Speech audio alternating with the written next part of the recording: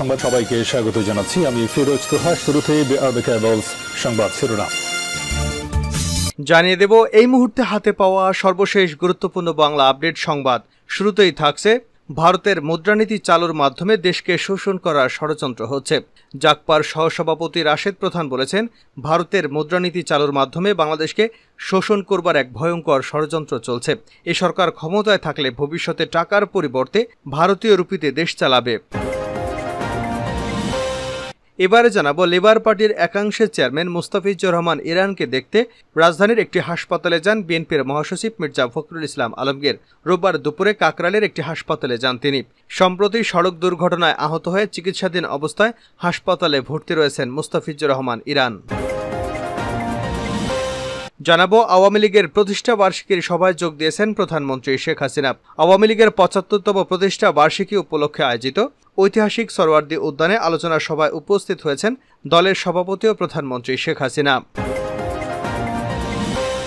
এবারে থাকছে, আওয়ামী লীগের সাধারণ সম্পাদক ওবায়দুল কাদের বলেছেন, আমাদের চলার পথে প্রধান বাধা বর্ণচোরা বিএনপি। এই অপশক্তিকে প্রতিহত করাই আওয়ামী লীগের আগামী দিনের চ্যালেঞ্জ। এদিকে বেগম খালেদা জিয়ার আরোগ্য কামনায় মোহাম্মদপুরে দোয়া মাহফিল। বিএনপি চেয়ারপারসন অসুস্থ হয়ে এভারকেয়ার হাসপাতালে ডাক্তারদের নিবিড় পর্যবেক্ষণে চিকিৎসাধীন রয়েছেন। এবং সর্বশেষ জানাবো আন্তর্জাতিক সংবাদ। তাইওয়ানের স্বাধীনতা চাইলেই মৃত্যুদণ্ডের আদেশ। তাইওয়ানের বিষয়ে আরও রক্ষণশীল মনোভাবের বহিঃপ্রকাশ ঘটিয়েছে চীন। দেশটির ভূখণ্ডের চারপাশে একের পর এক নৌমহড়া চালানোর পর এবার কঠোর আইন পাশ করেছে। ভূখণ্ডের স্বাধীনতা চাইলেই মৃত্যুদণ্ডের আইন করেছে চীন।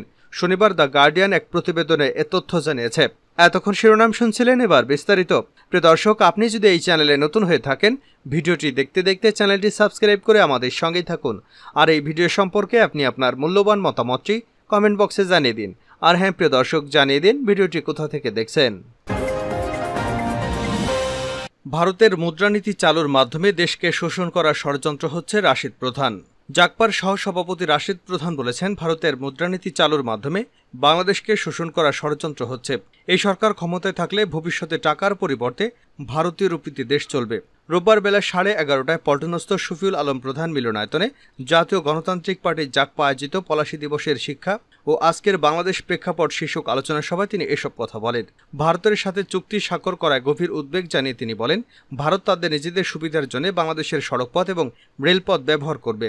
বাংলাদেশের সমুদ্র সীমা গবেষণার নামে বাংলাদেশের সমুদ্র সম্পদ লুট করবার জন্য সমুদ্র চুক্তি সম্পন্ন করেছে। তথ্য হ্যাকিং এবং অতিরিক্ত অর্থ আত্মসাতের জন্য বাংলাদেশের ইন্টারনেট সেবা ভারত নিয়ন্ত্রণ করার ষড়যন্ত্র করছে।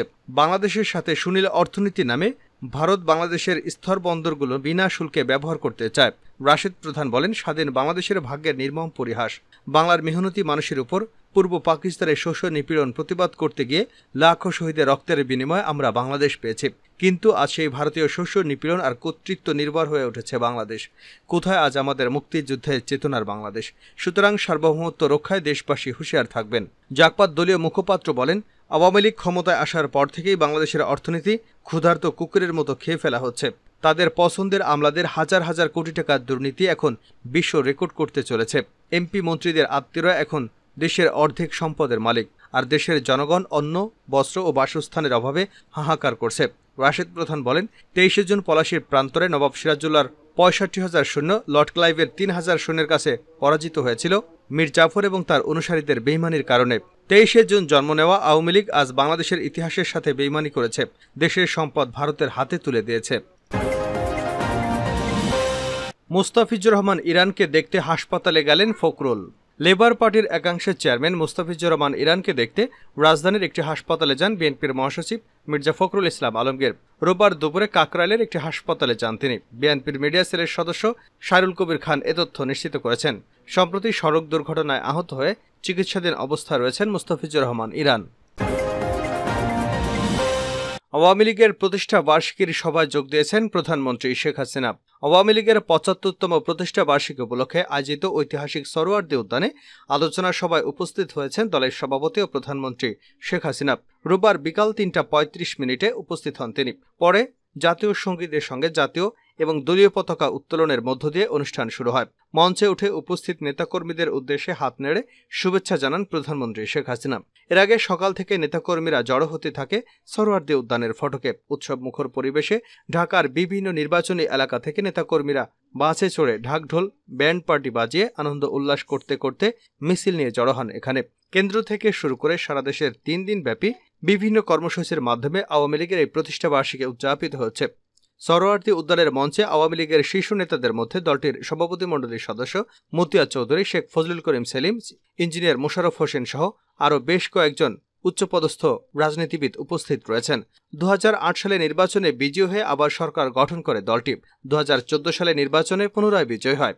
এরপর 2018 সালের 31শে ডিসেম্বর অনুষ্ঠিত একাদশ জাতীয় সংসদ নির্বাচনে নিরঙ্কুশ বিজয় লাভ করে টানা তৃতীয় মেয়াদে ক্ষমতায় আসে ক্ষমতাসীন আওয়ামী লীগ। সর্বশেষ 2024 সালের 7 জানুয়ারি অনুষ্ঠিত দ্বাদশ জাতীয় সংসদ নির্বাচনের মধ্য দিয়ে টানা চতুর্থবারের মতো সরকার গঠন করে আওয়ামী লীগ। আমাদের চলার পথে প্রধান বাধা বর্ণচোরা বিএনপি।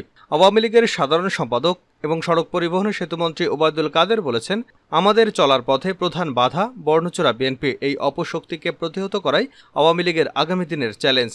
রোববার আওয়ামী লীগের 75তম প্রতিষ্ঠা বার্ষিকী ও প্লাটিনাম জয়ন্তী উপলক্ষে রাজধানীর ধানমন্ডির 32 নম্বরে জাতির জনক বঙ্গবন্ধু শেখ মুজিবুর রহমানের প্রতিকৃতিতে শ্রদ্ধা নিবেদন শেষে একথা বলেন তিনি। ওবায়দুল কাদের বলেন, আমাদের দলের জন্মদিনে আমাদের অঙ্গীকার হচ্ছে আমাদের রক্তমূল্যে অর্জিত বিজয়কে সুসংহত করব। আমাদের চলার পথে প্রধান বাধা বর্ণচোরা বিএনপি। মুক্তিযুদ্ধের নামে এরা বর্ণচোরারা ভাওতাবাজি করে। সাম্প্রদায়িক জঙ্গিবাদ শত্রু আজ আমাদের অভিন্ন শত্রু। তিনি বলেন, এই অভিন্ন শত্রু বিএনপির নেতৃত্বে ঐক্যবদ্ধ হয়। আজ আমাদের অঙ্গীকার, আমাদের আজ শপথ, এই অপশক্তিকে পরাজিত করতে হবে এবং আমরা আমাদের বিজয়কে সুসংহত করব। বঙ্গবন্ধু কন্যা শেখ হাসিনার নেতৃত্বে স্মার্ট বাংলাদেশ বিনির্মাণ করব। এটাই আজকের শপথ। আওয়ামী লীগের প্লাটিনাম জয়ন্তীতে সূর্যোদয়ের সময় দলের কেন্দ্রীয় কার্যালয় দেশব্যাপী দলীয় কার্যালয়ে জাতীয় পতাকা এবং দলীয় পতাকা উত্তোলন করা হয়। এদিন সকাল 10:30টায় গোপালগঞ্জের টুঙ্গিপাড়ায় চিরনিদ্রায় শায়িত জাতির পিতা বঙ্গবন্ধু শেখ মুজিবুর রহমানের সমাধিতে আওয়ামী লীগের কেন্দ্রীয় কার্যনির্বাহী সংসদের পক্ষ থেকে একটি প্রতিনিধি দল শ্রদ্ধার্ঘ্য নিবেদন করেন। খালেদা জিয়ার আরোগ্য কামনায় মোহাম্মদপুরে দোয়া মাহফিল।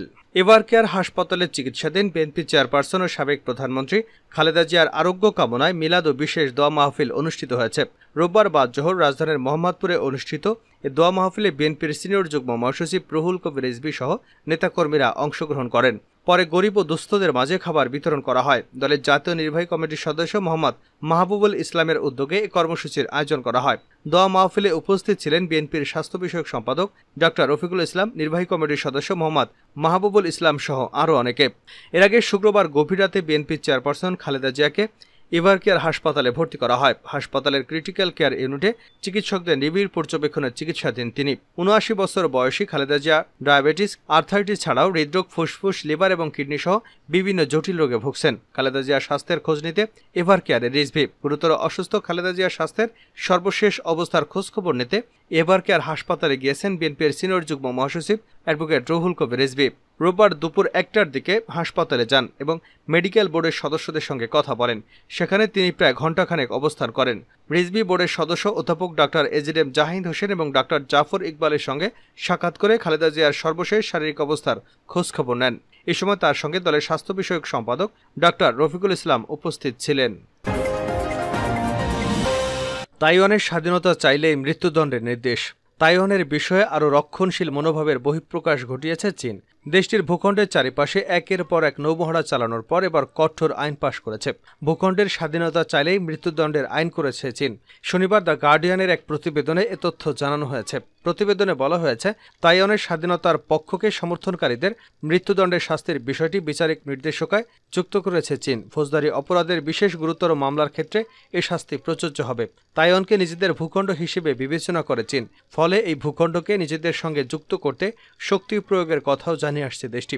এরই অংশ হিসেবে সম্প্রতি ভূখণ্ডের উপর চাপ বাড়িয়েছে তারা। এমনকি তাইওয়ানের আশপাশে বেশ কয়েকটি সামরিক মহড়াও দিয়েছে চীন। গত মাসে তাইওয়ানের নতুন প্রেসিডেন্ট লাই চিংতে দায়িত্ব নেওয়ার পর সর্বশেষ মহড়া চালায় তারা। চীনহুয়া জানিয়েছে, শুক্রবার বেইজিংয়ের জারি করা নির্দেশনায় দেশকে বিভক্ত এবং পরিচ্ছন্নতাকে উস্কে দেওয়ার জন্য তাইওয়ানের স্বাধীনতাপন্থী শাস্তির কথা জানানো হয়েছে। এছাড়া ভূখণ্ডের স্বাধীনতার প্রচেষ্টার মূল ভূমিকা পালনকারী এবং রাষ্ট্র ও জনগণের ক্ষতিকারীদের মৃত্যুদণ্ডের কথা বলা হয়েছে। আদেশে বলা হয়েছে, যারা তাইওয়ানের স্বাধীনতার পক্ষ নেবেন তাদের 10 বছর থেকে শুরু করে যাবজ্জীবন কারাদণ্ড হতে পারে। চীনের এমন আদেশ জারির পর তাৎক্ষণিক প্রতিক্রিয়া জানিয়েছে তাইওয়ান। তারা জানিয়েছে, বেইজিং পুরো তাইওয়ানে কোনো আইনি এখতিয়ার রাখে না। এছাড়া বেইজিং নিয়ম মানতে যে নির্দেশনা দিয়েছে তা তাইওয়ানের জনগণের মানা বাধ্যতামূলক নয়।